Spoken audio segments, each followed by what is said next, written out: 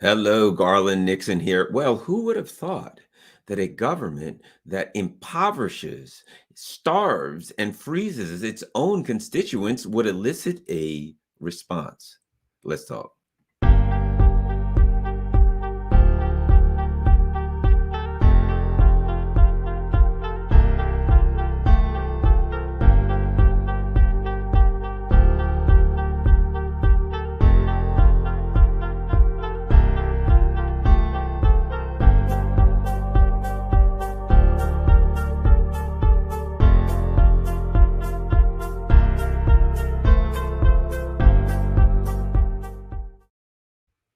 Hello. Oh, need a little less headroom there.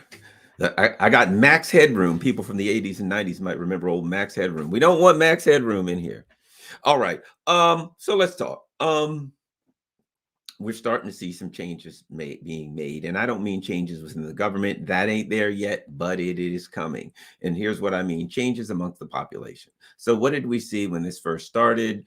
The people of the EU and the people of the US in aggregate, certainly there were elements such as me and elements such as you who push back against this stuff. Same thing as COVID. In the very beginning, there were people who pushed back against government policies about COVID and questioned government policies about COVID. And then there were the people who were infected with the sheeple variant, who simply just whatever they were told, they never questioned it. They never questioned government policy, and they attacked those of us who did question government policy, a very healthy thing to do.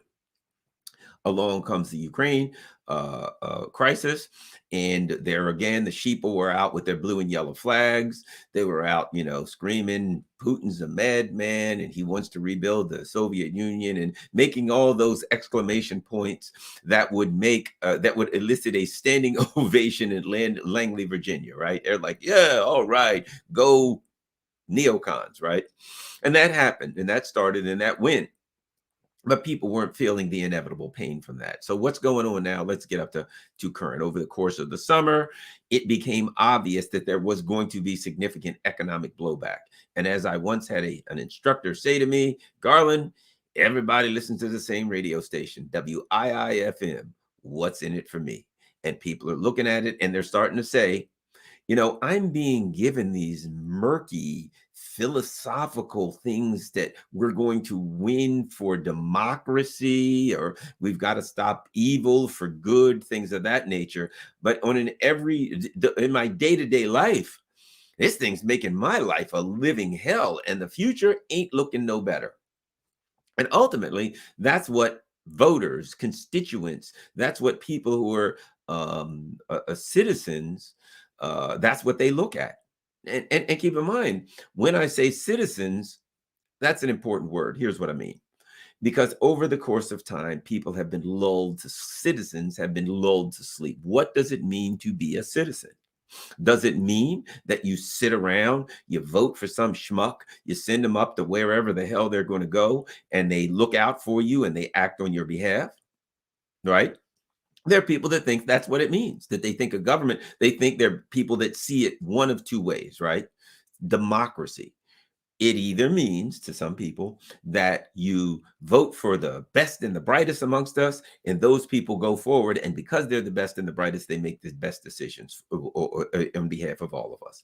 Or you vote for someone who's going to go to Congress, wherever Congress, Parliament. They're going to read the polls. They're going to keep contact with their constituents, and it's more of a direct democracy where they get reactions from their citizens. They find out what their citizens want. They look at the polls and they act on behalf of their citizens, right? And people are starting to realize we have neither of those. Whichever of those you're happy with is fine. If you get some combination of them, ideally fine, whatever. But you want a competent politician, right? But you also want a politician that has their finger on the pulse of the citizenry so that you feel this is truly a democracy. What does it mean? The government responds to the wants, the needs, and the beliefs of the people. The government represents the people. And so a lot of people felt their citizenry was, I vote and I go home. And now they're starting to find out that what our Western governments, the US government, the EU, the NATO, which is simply, and let me put it, you might have heard this before, but if you haven't, I'm going to say it. What is NATO and the EU? They are umbrella organizations that the US empire uses to corral their colonies in Europe together, right? NATO, I corral my colonies together. I corral the traitors in Europe that convince the people that they are the leaders of the country. They convince the people of Europe that those countries are sovereign and independent and democratic. That's their job. They're the compradors. They're the you go to Africa and places like that. What would they do? The empires, the French Empire, the U.S. Empire, would put some traitor in power that would allow them to steal all the resources of the country. And that traitor's job was to keep the people quiet, to try to convince them that they actually had some level of independence and sovereignty, and if not, to put them down with violence. That's the force continuum, shall we say. You start off by saying, look, guys, hey, everything's great. Yeah, I'm looking out for you. And of course, they start to suffer and they don't buy it. Right. And then you convince them this is the best that we can do. And this is the way things work out. I'm sorry, but this is the way our society is going to work out. We're really not going to do any better. I'm still working for you.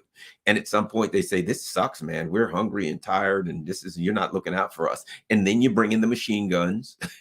Then you bring in the violence, and then you quell these people with violence. So the traitor class, their job is not to represent the interest of the constituents. The traitors class job is to represent the interests of the empire, but to convince the constituents, convince the citizens that they're representing them, to mislead, to hoodwink, bamboozle them. As Malcolm X said, you've been lied to, had, took, hoodwinked, bamboozled, misled, led astray. That's the job of the comprador class. That's the job of the traitor class, right? So the traitor class now in Europe is being exposed. The US brought NATO together. Yay, it's NATO. And they said, we're there to protect Europe. They are there to protect Europe. They're there to act on behalf of the US empire and to maintain the US empire's power. But they needed an organization so they could bring all the European traitors together and say, okay, traders, we are assuming all the power for your foreign policy. We're taking power for your foreign policy. And this is the organization. You'll come together and we'll tell you what the hell to do, and you'll do it. And then they brought together what? The EU. What was the EU? The EU is an American project. It has nothing to do with Europe. What is it now? It's another umbrella organization. NATO is where we bring all the people together, and then we take control of your foreign policy. The EU is where they bring them together and they take control of two things: their economic policy, right? So now we say what you can, how you can and can't spend money, what you can buy, what you can't, how we can use Europe for economic sanctions to maintain power and hegemony for the US empire. And cultural. We can impose cultural stuff on you. All the things that we want you to do culturally that you may not be thrilled with. Hungary is a more conservative country. Some of the more conservative countries aren't as much up on the rainbow flag issues as some of the Western countries.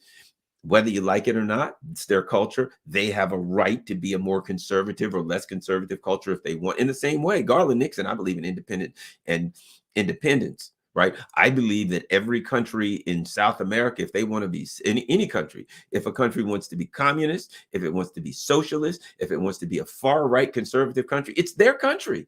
They got a right to do things they want to. Hungary has a right to have any damn kind of government they want. And Cuba has a right to have any kind of damn government they want. And not the US or anybody else has a right to impose their standards on those people. And if the people in Hungary aren't up with the rainbow flag stuff, it's their country.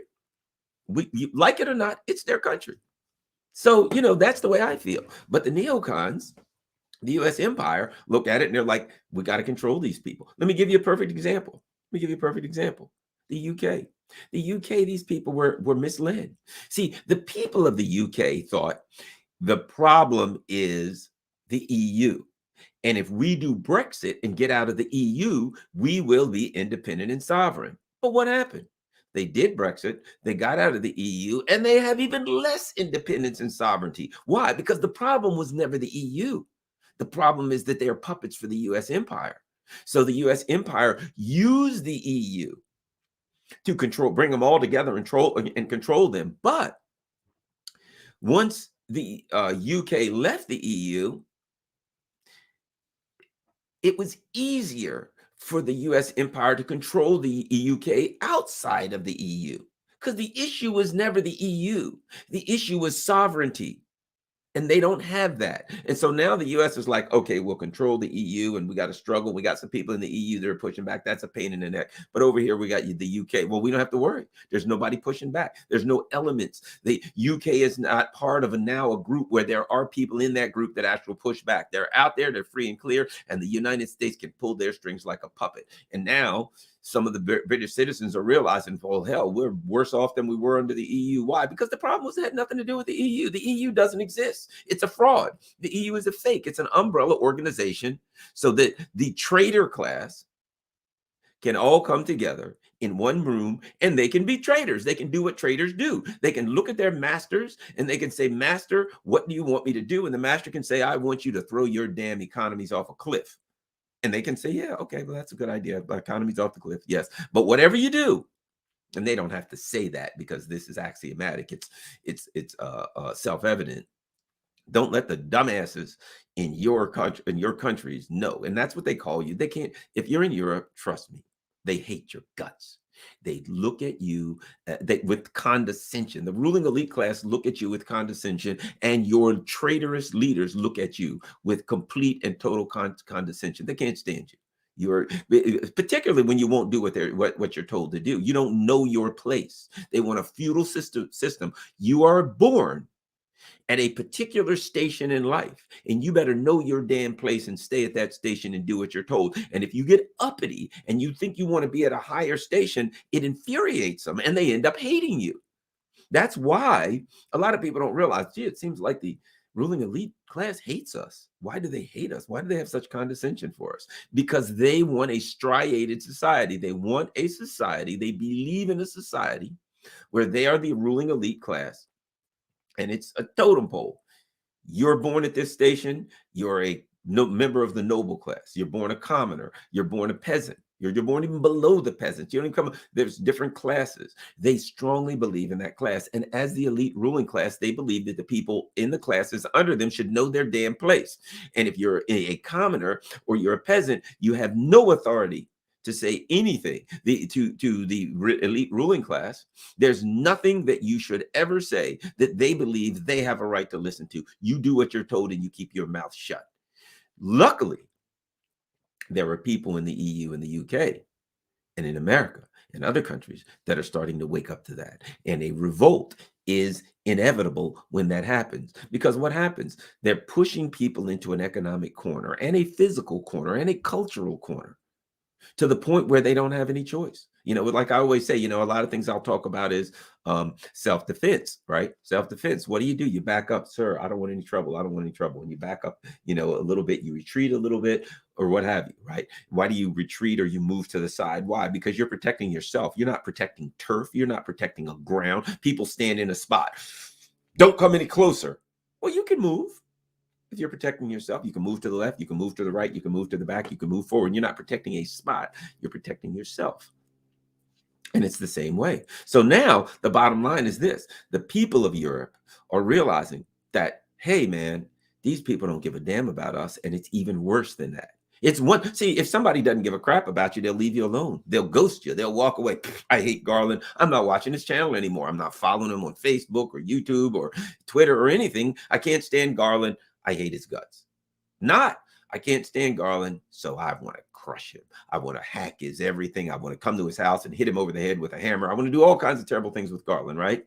Well, the leaders, the traders in these Western countries now are at a point where they're disgusted with us. They hate our guts. Why? Because we don't know our places. And when we don't know our places, it's a threat to their system. Their system is based on the fact that they're the elite ruling class.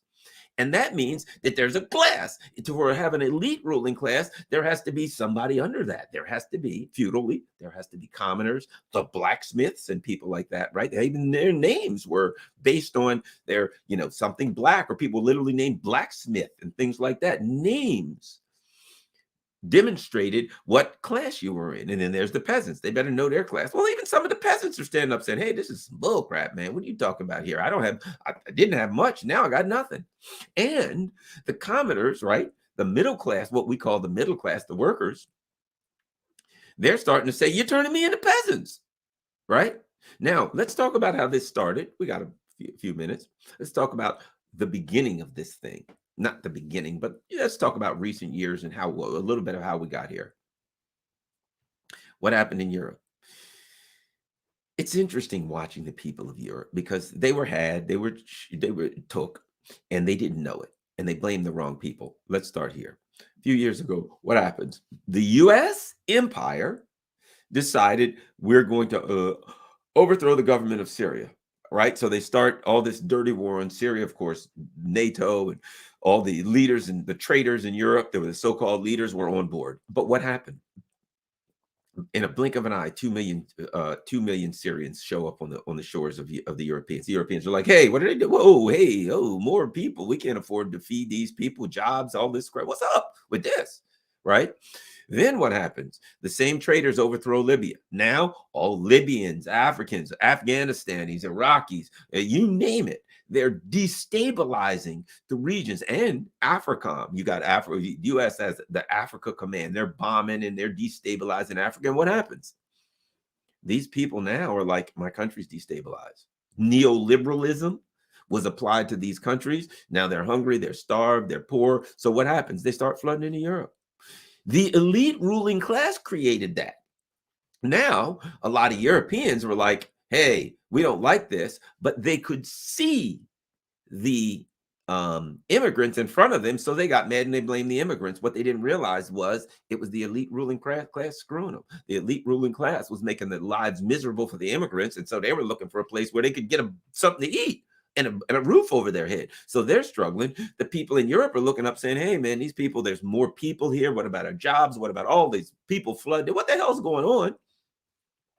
And so they get, they get instability in their countries. We're flooding lots of new people. There's instabilities. The people in the European were upset at the instability. But at that time, they blamed the immigrants. The people of Europe didn't yet recognize, which I think eventually they will, and I think they're starting to.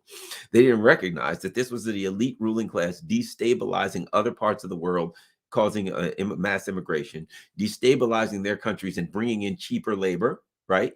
What was Europe about? There's a lot of poor countries in Eastern Europe. You open it up, what happens? The people in the poor countries. What's the difference between Africa? What's the difference between some of these other countries? The U.S. destabilized these countries. The people are poor. They're looking for a better life. You would, I would, anybody would.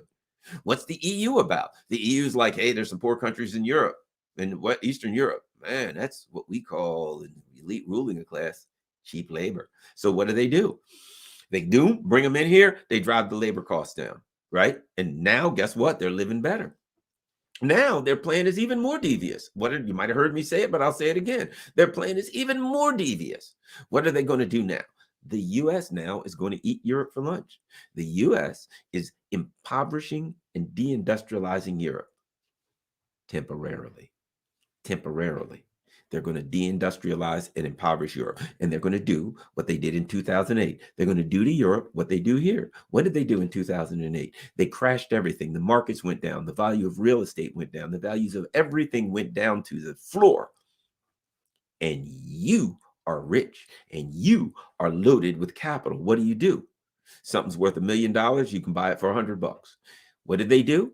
They went in and they bought all of this stuff up. These venture capitalists, BlackRock, Apollo, all of the others, right? They come in, they drive the economy into the dirt. Everything is worthless. They buy it at a worthless price. They refloat the economy. The value is back to the same. And guess what they did? They made a mint. You know what they're doing to Europe right now?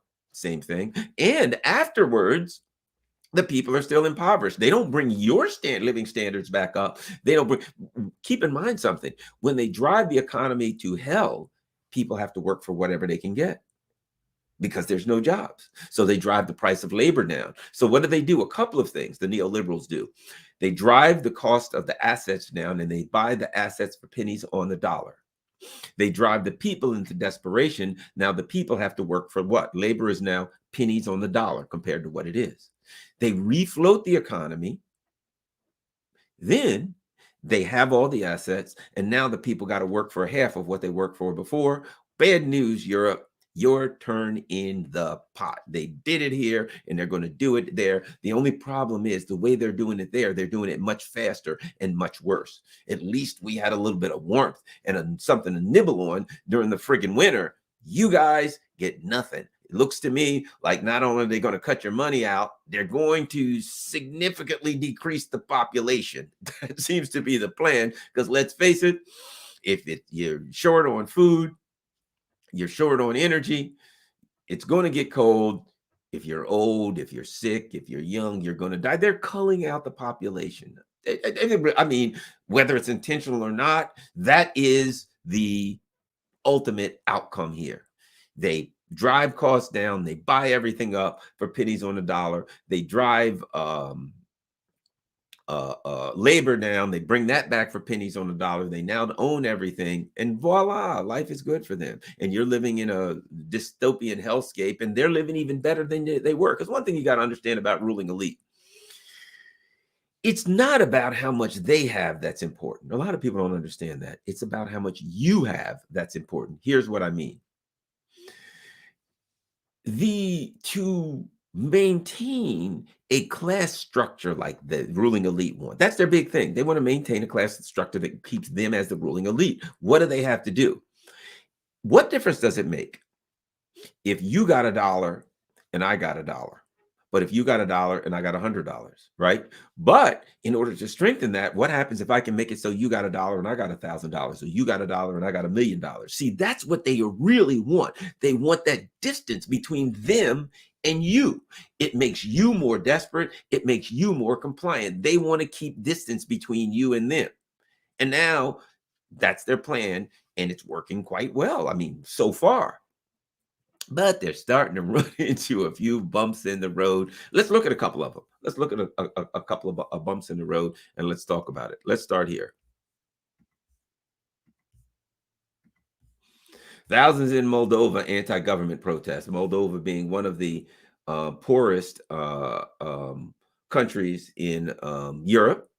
And guess what happens when you're poorest? When you're in the bottom of the barrel, you're the ones that get hit first, right? So we see people, and what do you know? It was like they got some pretty girls in Moldova too. But look, there we go. Got a couple cuties in the crowd in Moldova.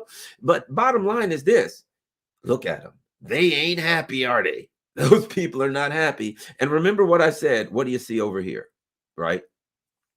What does the comprador class, what does the traders, ruling elite that stands for the oppression of the masses, what do? There's guys right there in the helmet. That's what they do, the jobs. They start off by saying, do what you're told. And when people get hungry, they bring out the big guns. Well, do what you're told or we'll shoot you. Right now, that's going on, right? And of course, it's obvious what's going on. People are cold and hungry and they're pushing back. That's what human beings do. But let's look here. Gee, I wonder how the ruling elite class will respond. Well. Washington Post. Jeff Bezos Express. Russia's security service works to subvert Moldova's pro-Western government. Who would have saw that coming? The people are in the street. Same type of picture. People everywhere. Russia's security service. One Russian politician praised the protest organizer as a worthy long-term partner and even offered the Moldovan region led by blah, blah, cheap Russian gas deal, right? So now, if you push back, and you see this, you're a Russian bot and you must be stopped. That's the next move. That's the obvious next move. A lot of people didn't pay attention to something that happened that was a bellwether here in the United States, right? There was a group, a little teeny group called the African Uhuru Movement, the African People's Socialist Party, very small group in the US, and they did stuff for poor people and they pushed in what they believed in and things like that, right? They were perfectly legal. And the US came out The FBI went after this little old group.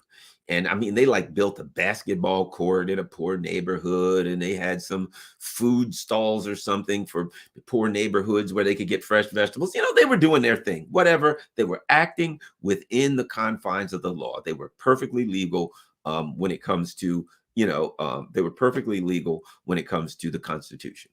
And the U.S. went in, arrested him, threw great flash bombs, dragged some 80-year guy, old guy out, handcuffed him and his wife. Yeah, stuff like that. Why? It was a message. It was, if you push back, you're going down. And they start with the slapping around some weak ones of little organizations. But now, what are they doing? You know what's coming. Russia's security service works to subvert Moldova's pro-Western government, and they specifically name the protest organizer, Lon Shore. So you know what happens now? The government then goes after him.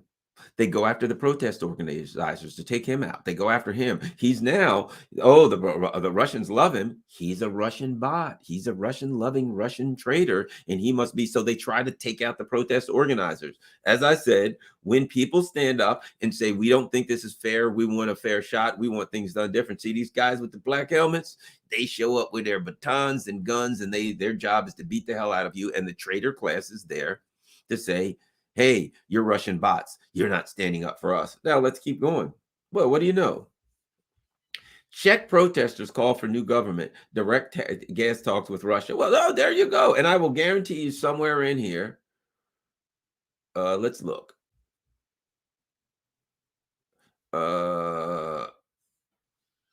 Protesters waved Czech flags chanting "Resign, resign," and carried signs calling for an exit from NATO and the EU. This is a new national revival, and its goal is for the Czech Republic to be independent, right? High energy prices fueled by the war in Ukraine, or fueled by the response to the war in Ukraine, have piled pressure on governments across Europe to cushion the blow of mounting energy costs, right? The Czech government of Prime Minister, whatever the hell his name is, has signed up to EU sanctions against Russia, taken a tough stance, blah, blah, blah, adopted a string of measures, including financial aid for companies and price caps on electricity for households. Here's what people understand. People are stupid. You know what they understand? What you're doing is too little, right? Okay, you're suffering. We're going to help out with a little bit of electricity bills. How long can you do that? They know that's temporary, and they know they feel pain. And they don't like it, and they want it to stop. And what they're saying to their traitorous leaders is, we want it to stop. You have the authority to stop it. We know how to stop it, and we're demanding that you do it. What are they really demanding? Here's what kills me with Joe Biden and all of the neocons talking about democracy. These people are demanding democracy. Look at this. These people. And what is it? Oh, a few Russian traders? Does that look like a few Russian bots and a few Russian traders to you? How about here in Moldova? Just a few minor little traders here and there that are standing up? No, these are people who are everyday, hardworking people who are just trying to live their lives, and they actually want democracy. What they're waking up to, the reality that they're waking up to, is that they don't have democracy, they don't have independence, they don't have sovereignty, they got none of the above, right? They understand what's going on. They're waking up, and the revolt is starting. And you know what I say? They got no choice. When you realize, now, you know what else is interesting that's happening? At the same time this is going on, in Africa, in Mali, in Burkina Faso, in other countries, the Africans are doing the same damn thing. The Africans are saying, we want the French out. We want independence. We want sovereignty. We want to chart our own course. It's a worldwide thing. People are waking up to realize that the French ruling elite, and let me tell you this, the French ruling elite, they go to Africa, they steal their resources, and what do? Trust me, the French people ain't getting none of that. Even the thieves and criminals who go to Africa and steal the gold and uranium and diamonds, they keep that loot to themselves, man. They're not sharing it with the average French person. Now, it's wrong. They shouldn't even be doing it, but they ain't even sharing it with the French people. They're keeping it. They're sharing it amongst the ruling elite class. So, and you ask yourself, well, why does France do anything that the US wants? One of the reasons that France is able to fake that they're a major world power when they're not is because they get so much money from their theft of resources in Africa. And how do they maintain that? The AFRICOM, they utilize the US's African bases. They utilize the US's satellites over Africa, the US's military and power in Africa, and economic power in Africa. So the French use the U.S. Align with the U.S. in Africa so that they can rob the hell out of the African people. Now, as devious as that is, it backfires on the French because ultimately they got to do whatever the U.S. tells them to do at home, which in this instance requires them to destroy their own economy. So they've got a Faustian deal, a deal with the devil, and that deal with the devil, sooner or later, the devil calls you and says, I demand your soul. See, that's what's going on to the ruling elite class and I'm not a religious person. I'm saying all of this metaphorically. So don't get me, let's not get a religious argument. But my point being this, metaphorically speaking, strictly, that's being a member of the ruling elite class and being a traitor and being one of those people in that traitorous classes that works for the empire, that convinces their people that they work for them, you put yourself in a position that at some point the empire that you work for, the Faustian deal, the devil that you have made a deal with, comes for your soul. And that's what's happening now. Now the devil, which is, I mean, all you got to do is look at that picture of Dark Brandon with the black stuff in the background doing like this, right? And you realize that the devil is coming for their souls. And now he's like, you, Germany, France, UK, you've been living off me for a long time. It's time to pay the piper. Now, your people ain't going to be happy at all, but this is what you're going to do. We've wiped out a lot of countries. We've robbed and stole. We're gangsters. We're pirates. We're criminals. The U.S. empire has gone around the world robbing and stealing people and taking their shit. And now China and Russia are kind of in Africa and South America, and those people like doing deals with them better. We're running out of people to exploit. Bad news. Your turn. So now they're saying, hey, look, man. I mean, think about this.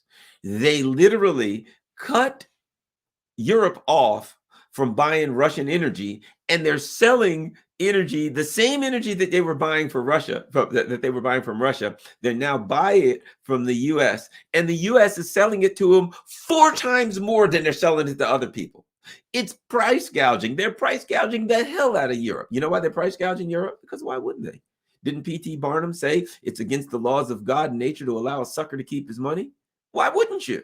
If you got a sucker, you treat him like a sucker. If you got a traitor, what do you have to worry about if you're the U.S. empire? You got a traitor. You call the traitor and say, traitor, trait, whatever the hell traitor, whatever that means. You say, you're a traitor. Do it. You got people there, they're going to get mad. I don't give a damn about them. You have been living fat. You've been living good for a lot of years off of us, traitors class. Now it's time for you to do what you got to do sooner or later. It's Christmas time, goose. We weren't fattening the goose up all this time for Christmas so we could buy him a gift. We were fattening that goose up for Christmas so we could eat him. And it's Christmas time, goose. Now, let me know if I'm getting a little carried away with metaphors, but you get the point. You get the point. The problem they have is this. In fooling the people. See, think about this. In Africa, they didn't even try to fool the Africans and say you've got a democracy. They just pounded them into the ground. They just attacked them. They just slaughtered them. They just murdered them. They stole their shit. They enslaved them. They did whatever the hell they wanted to. Same with South America. Just wipe them out, massacre them, you name it. Genocide, you name it. What the hell? Who gives a shit? Boom. But in Europe, they had to go take a little different move. Same damn thing, Europeans. Same thing. Wake up. But they went in a little different direction with Europe. We're going to use the velvet glove instead of the iron fist. We're going to convince you that you're not in jail. I mean, let's face it, the people of the Europe are starting to wake up to realize that they're not members of NATO. They are prisoners of NATO, right? I mean, NATO's blowing up their shit. Come on, you're an ally and a member, and they're blowing up your infrastructure. I don't think so. That's what you know what it is. You know what it is now. You know what they're doing with blowing up your infrastructure. They're cracking a whip, man. They're cracking the whip. Pow! Thought I told you not to buy Russian gas. Shut the hell up. Whack! Cracking that whip across your back. They're letting you know, they're reminding you, in case you didn't understand who was in charge. See that Nord Stream a pipeline over there? Yeah, I thought we told you not to do business with the Russians. There's people in the streets saying do business. Didn't we tell you not to do what? Hold my beer. Boom, blow it to hell. Now shut the hell up. And we're not even going to try to hide it. You know what we're going to do? We're going to, and this was not an accident. This was not an accident. They blew it up, right? And what happens? This Polish fascist guy called Sikorsky, whatever his name is, he comes right out of the gate. Hey, thanks a lot, U.S. Good work for blowing it up. Tony Blinken's running around. Oh, yeah, the world's better off with that thing blown up. But we didn't have anything to do with it. Dark Brandon, haven't said, I don't know what they're talking about. What blow up the right? They blew it up, and then they rubbed your face in it.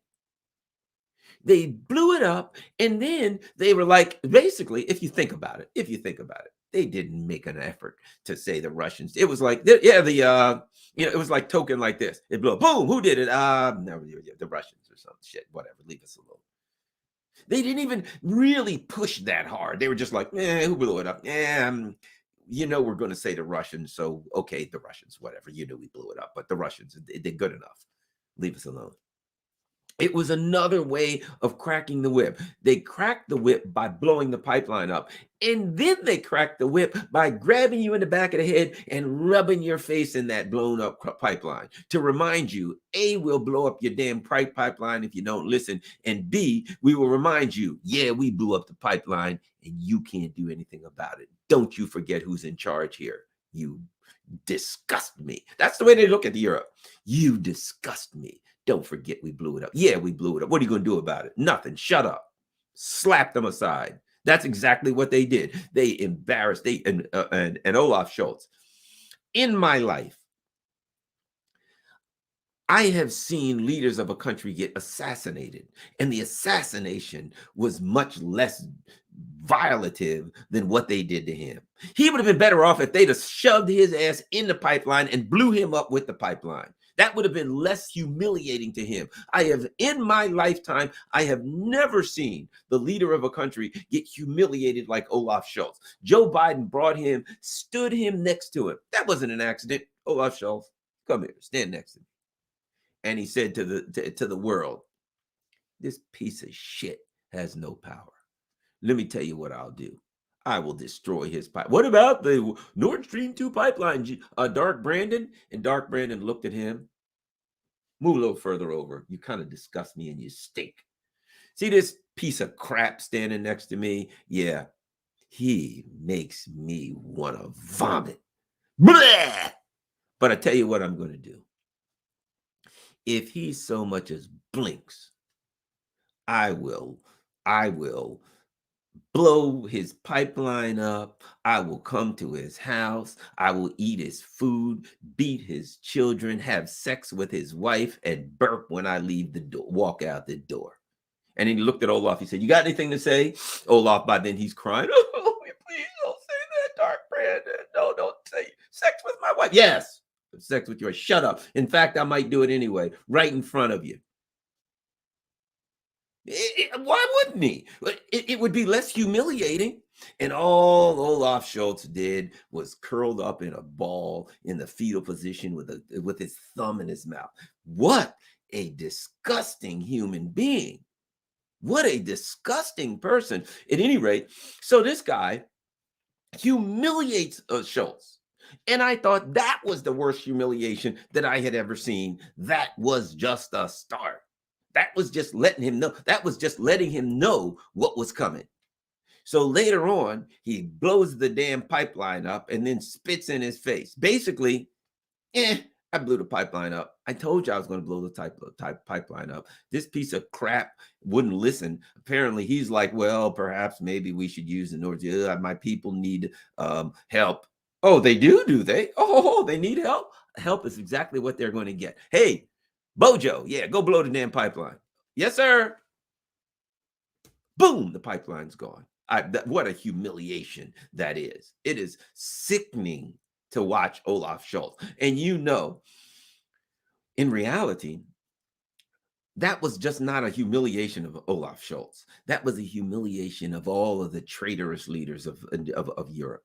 That was a reminder. Did any of them step out of line, right? There used to be, in Black America, there's a lot of metaphors and talks about slavery. And one of the sayings is this: you only got to beat one slave to keep the whole plantation right, right? You take one guy out, you beat the hell out of him. Or prison camp, right? Yeah, the prisoners are all kind of being a little, like, hey, we want more food or something. You got a prison camp. What does the leader of the prison do? Bring one of the guys out here. Now, it ain't an accident that Germany is the most powerful economic country in the EU. It really isn't. That's not an accident. That's the one they chose. Because what do? What are they saying right now in Moldova? Well, the guys who are in charge of things are the ones that we got to go after, the ones who are leading and setting up the organizers, right? So what did the US empire do? What's the most powerful country in the EU? Germany. We're going to make our point. Somebody call me the German leader. The rest of the people in the EU need to understand who's in charge here. Bring me Olaf Scholz. I am going to humiliate this man in a way that no European leader has ever been humiliated. And that's what they did. And now Macron and the rest of these people are sniveling ass, sickening, pathetic cowards are sitting around crying in their soup, hoping they're not next. It's sad. I hate a pathetic. I despise a pathetic coward, man. I tell you, in taking self-defense, right? My instructor always said this: look, you do everything you can to avoid a fight, no matter what. Do you walk away, just apologize? Somebody says, I'll kick your ass, sir. I'm sorry you're upset. I don't want any fight. Avoid a fight at all cost. But if somebody comes after you, if you got a weapon or they got a weapon, whatever, you don't know. Somebody pulls out a big knife you're going to survive that. But go out like a soldier. Go out fighting. Say, all right, you know what? You might win. You might kill me with that knife, but damn it, I'm getting some in. You're going to get some pain out of this. Win, lose, or draw, and you're more likely to win when you fight, right? And what do we have in Europe? They ain't going out like no soldiers. They're going out like a puppy, and they're horrified and they're whining.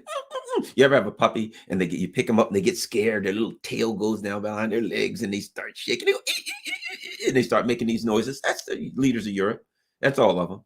They took Schultz out. They slapped him around like a pimp slaps a prostitute.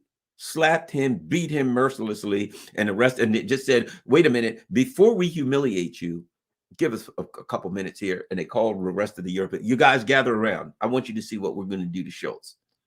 You want some of that too? Beat the hell out of him, humiliated him, degraded him, threw him on the ground, urinated on him, stomped on him, and then said to the rest of the European traders, all right, guys, anybody else? And they all just said, no, sir, Mr. Dark Brandon, please spare us. Thanks. Go forward. And when I tell you to do something, I don't want any mouth. I don't want any lip out of you. And they're like, okay, Mr. Dark Brandon, you won't get any lip out of me. But here's the problem they got.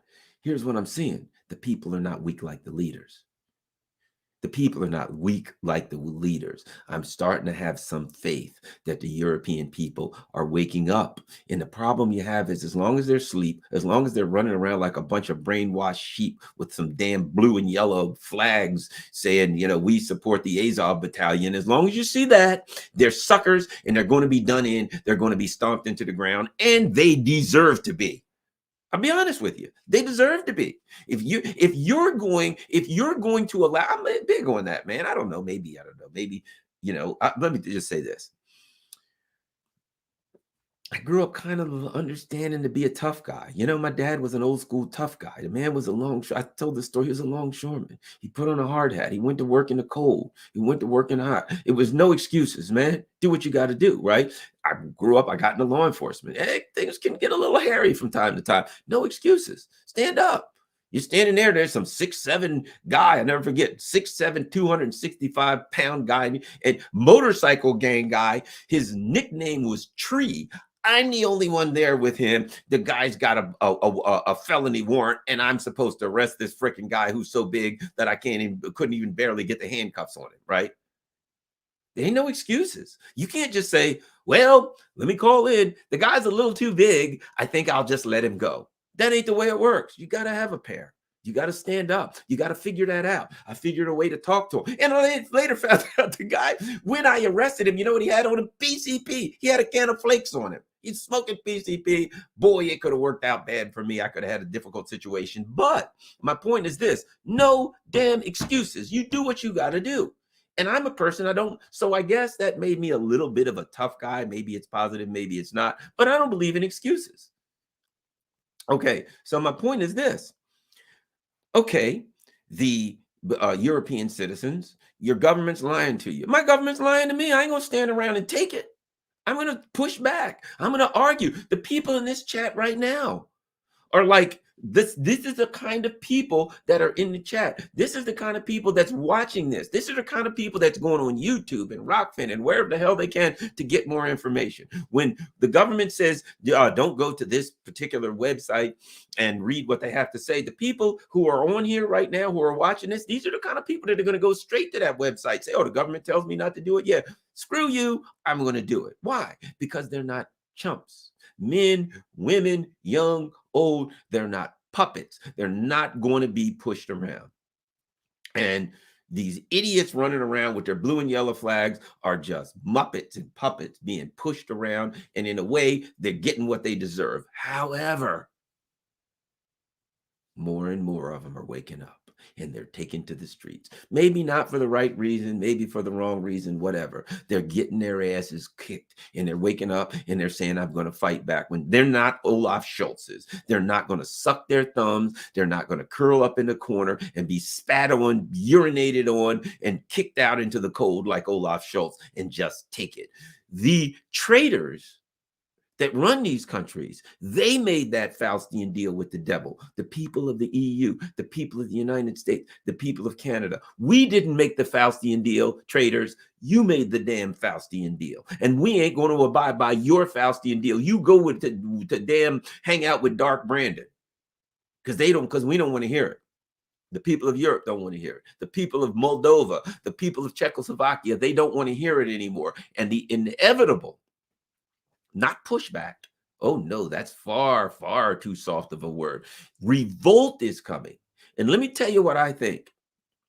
Maybe they'll throw me off. Yeah, what the hell? They'll throw me off YouTube for saying it. But I don't care if they do, because I'm backed up on Rockfin. Rockfin.com, ROKFIN.com /Garland Nixon. That's why I love Rockfin. That's why everybody here, if you're watching this, you got to smash the like button and you must join my Rockfin channel. You can do it for free. Doesn't cost a dime. See almost all of my stuff, 99.9% of my stuff. Or if you can, $9.99 a month will make you a member. You don't have to do that. That would be a great help to me. But my point is this. I believe that the people of Europe are waking up to a point where the leaders will be driven and the traitors will be driven from their countries. I believe that the time will come when the people in Europe will look at the what has been visited upon them by these people, and one or two things are going to will happen. The Bojos, the Olaf Scholzes, the Macrons, the rest of these traitors, one or two things are going to happen. 3, they're going to leave the country. Because let's not forget, I'm going to go all 3 things. Let me say this. I'll just do the 3 things. 1, they're going to leave the country. 2, they're going to be driven from office and, there'll be a government change. 3, there will be violence visited upon them. The people are eventually going to get to the point this winter. They're going to surround the parliament buildings. They're going to surround the presidential buildings, and they're going to say, you will get out. And if you do not, you let your conscience be your guide. It ain't going to work out for you. And let me tell you another thing. They believe that they're going to put a bunch of guys out in black motorcycle helmets and all black, looking like the Omen with sticks and guns. And they're going to say to those people, see these people coming at us, these peasants? Yeah, Open up on them, mow them down. If they don't do what we want, machine gun every damn one of them, blow them up and kill them, drop bombs on them, anything. But that's a very dangerous thing to happen. Let me tell you why. Because historically, what do we know? Think about St. Petersburg in, what was it, 1917 or whatever it was, right? When the government says, all right, guards, kill the people, attack the people, and protect us. And if the guards and the soldiers say, wait a minute, whoa, whoa, whoa, these are our families, these are our friends, we're with them. If they do that, and they either turn on the government or they drop their guns and they join the crowd, it's over. The government falls and the people have taken it. So if the government does that, which they might, I predict that the latter will happen, that the government will fall, that at some point those people in the street will say, we're not going to mow. We'll beat them and we'll fire some tear gases, but don't ask us to open up on the people. At some point, that's going to happen. Let me go back to my very first thing. They flee. Look what happened in Afghanistan. They put a traitor in, right? This traitor ends up, and I'll never forget the conversation. It was in the we could find it. I'm not going to search for it right now, but old Dark Brandon had a conversation with the president, the puppet, the traitor in Afghanistan.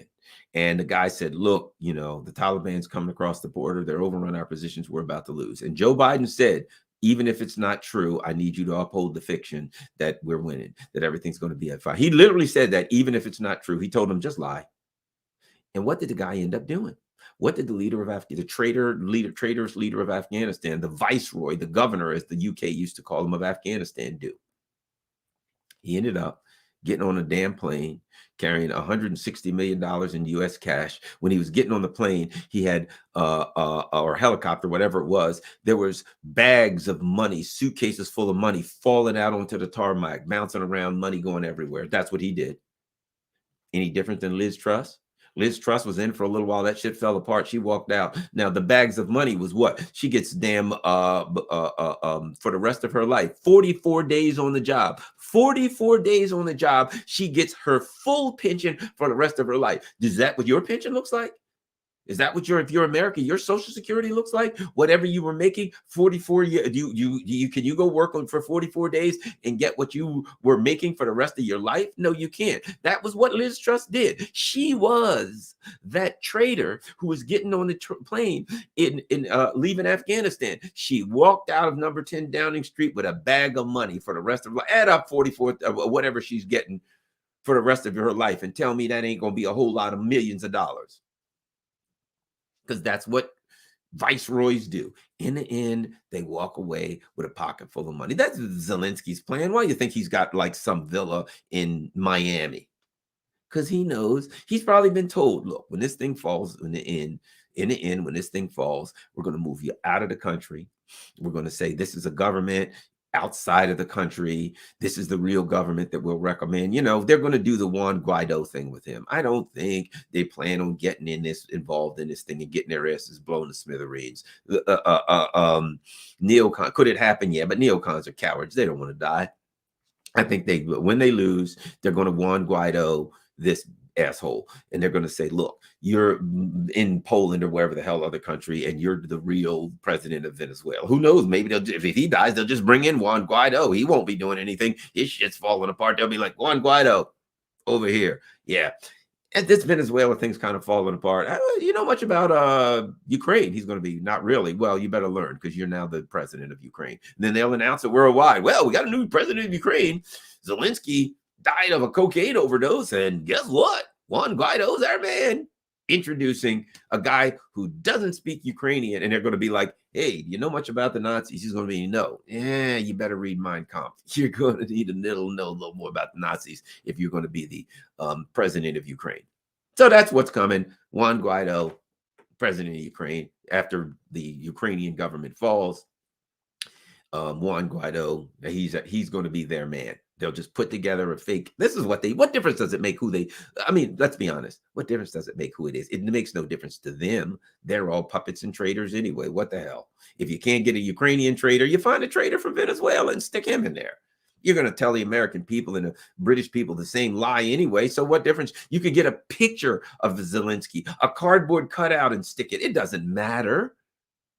There's nothing real here. It's all a fraud. And my point being now is the doors are coming closed. One of the things that happened recently, I was actually did an interview this morning regarding Congressman Ilhan Omar. And what happened? She was heckled. A bunch of people, she was talking somewhere, and a bunch of people were standing there, and so they started yelling, "You're starting a war, you're starting a nuclear war. What happened? We're anti-war, you're pro-war, you're neocon." And she starts, what she says to them? They're propagandists. This is internet propaganda or something like that, right? Why wouldn't you listen to your constituents? They're saying they're unhappy. And instead of saying, let's have a talk. If I'm in office and people say, hey, we're unhappy with you, President Nixon, I'd say, you know what? I need to find out what these people, I tell them, I say, I need to bring these people in. We need to do a town hall. I need to hear what they have to say. I need them to give me something in writing. I need to respond to my constituents. They got a problem. I need to understand. That ain't what she did. Screw you, you stinking Russian bots, out. She ain't listening to them. A lot of people don't know this. The end of June, first week of July, somewhere right in there, Ilhan Omar in her own district, she's Somalian. The Somalian people were there was a Somalian concert, one of their big bands that they like, or singer or something, right? She goes to it. They yelled her off the stage. F you, get out of here. They knew she was a traitor to the Somalians. The Dark Brandon and his people are bombing the hell out of Somalia, and they're like, get out. We hate your guts. So she's out of there. So she's nothing now. She's nothing now. The people in her own district are starting to wake up to realize that she is Olaf Scholz. She is Macron. She is Bojo, Liz Truss, Rishi, or as by Dark Brandon calls them, Rashi Sanuk, whatever the hell. They're all the same person, and she's them too. Elizabeth Warren, recently she got the same shout down. One by one, it's getting to a point, and it's quickly getting to a point where these members of Congress are not going to be able to talk to their constituents. They're not going to be able to have town halls. They're not going to be able to go out. You know why? Because they don't represent their constituents, and their constituents know it. And their constituents, Tony Blinken, of all the sociopathic, psychotic serial killers, was in Montreal or Quebec or somewhere. I don't know, wherever, one of those cold ass places up north, right? And people started yelling, you're dangerous. You're going to start a nuclear war. You're a warmonger. They started letting them have it. It's getting to a point. Let me ask you this. What do you think would happen if Olaf Scholz or Macron said, hey, I think I'll have an outdoor town hall in Paris. I'll bring the people out and I'll have a talk with the people. What do you think would happen? Same thing. People would scream and yell and call them every name in the book. Why? Because people are waking up to the reality that these are nothing but traitors. They're nothing but viceroys or governors that are assigned to keep the sheep docile. Now, there's still some docile sheep, and there's still some people that you can say, hey, man, this ain't good for us. Oh, you're Russian bot. We got to support the Ukrainians. Here's my flag. We know they're still out there, but that group is getting smaller and smaller.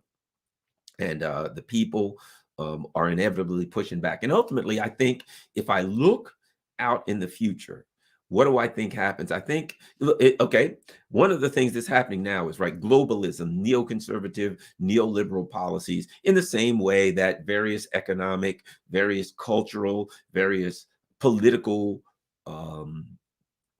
movements, right, theories, they come and go over the course of time, right?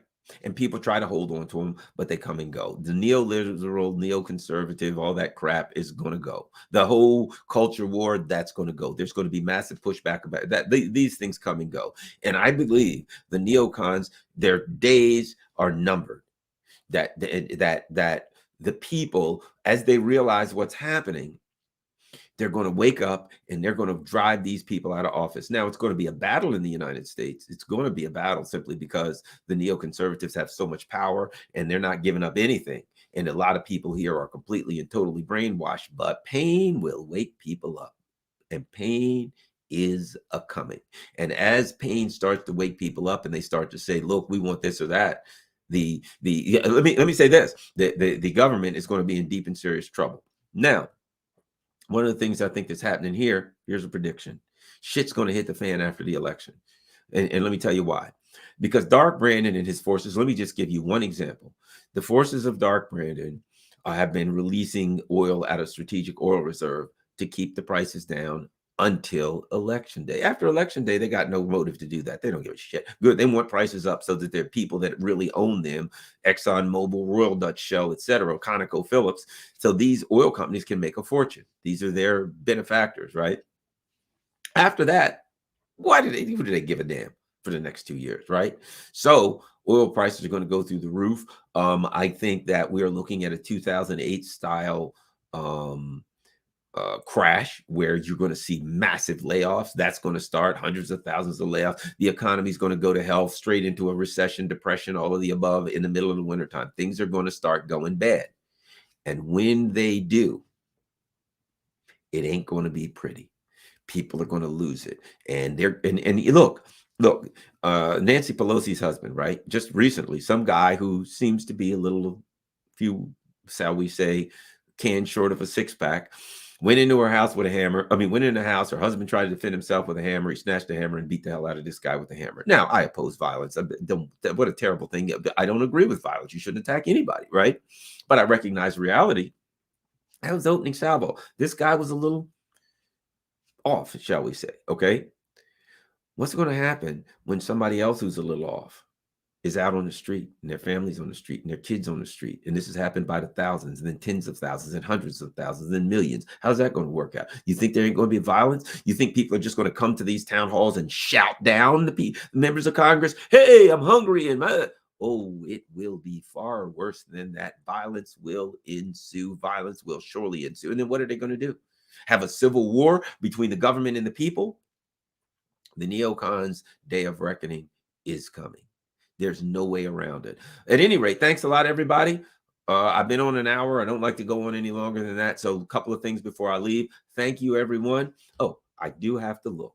I do have to, for those who did super chats, I'm going to find the super chats and I'm going to answer my super chats. I always do that before I leave. Not a lot of super chats today, but that's okay. People are doing the best they can. And Tristan G says, who's dancing here? Yeah, I'm dancing here. Shut up. Capitalists are dancing on the corpse of our once pretend democracy. Corruption rules the U.S. Here, here, here, here, here. Wow, well, somebody put in a bunch of, let me see this. Somebody, let's look at this. This is cool. David Edwards. Wow, that's cool stuff. I've never seen that before. All right, let's keep going. What else do we have? Is there any other super chats? I appreciate the super chats and everybody who is a part of the community. Okay. Salty Texas Trucker. Hey, a regular part of the show says, I predict the plan will backfire in mass migration to Eurasia and the global south. I think you're right. I think you're right. I think I agree with you. We're starting to see some pushback already. Rockfin. Oh man, we got people on Rockfin. And they got, we always get great comments on Rockfin too. Let's look at Rockfin. Zach says, hopefully the situation you describe, if it's got to happen, it happens before those special guards arrive. The ones with Boston Dynamics tattoos across their cold metal skin. I heard Compton or Oakland in California is receiving some that can hold a shotgun for the officer's protection, of course, or at least until your scenario plays out in Cali and the robots are turned into cops. Good comment.